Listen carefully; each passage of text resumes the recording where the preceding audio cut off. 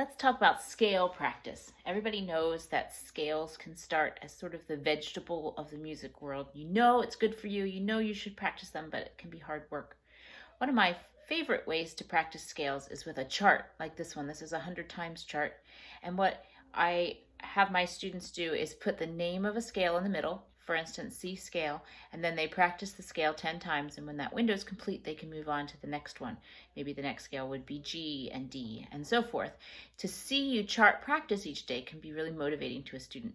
But what do we actually do about the scales themselves? Well, the metronome is another good tool that you can use. Set it for turtle speed first, maybe metronome at 1 tick per note at 60, and then from turtle speed, maybe move it up to 80.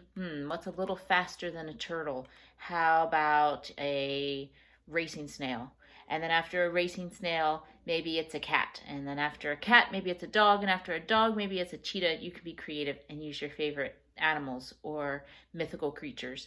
Now, besides playing them quicker and quicker, which is also a motivation for getting fluidity, you can also experiment with different sounds with your scales. So we'll start with the F scale, for instance. We can play it regular, plain F scale version, F major scale.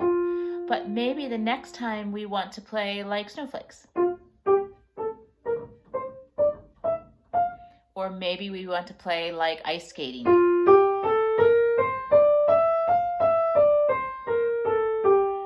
Or maybe we want to play like we're building a snowman. This is a little tricky because of the fingering.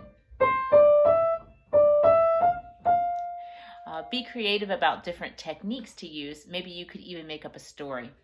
That way we just did 1, 2, 3, 1, 2, 3, 1, 2, and then thumb had to come under because of the fingering. So be careful if you change the rhythm that the fingering doesn't change. Or you could do different techniques, like here's a swing scale. Or maybe you can do scales like a race. Stop on the first note and then race to the thumb, and then race to 4, and race back. Oh, I missed the 4 that time. We better do it again. Or you can race from bottom to top. Be creative. Let me know your favorite way to practice scales.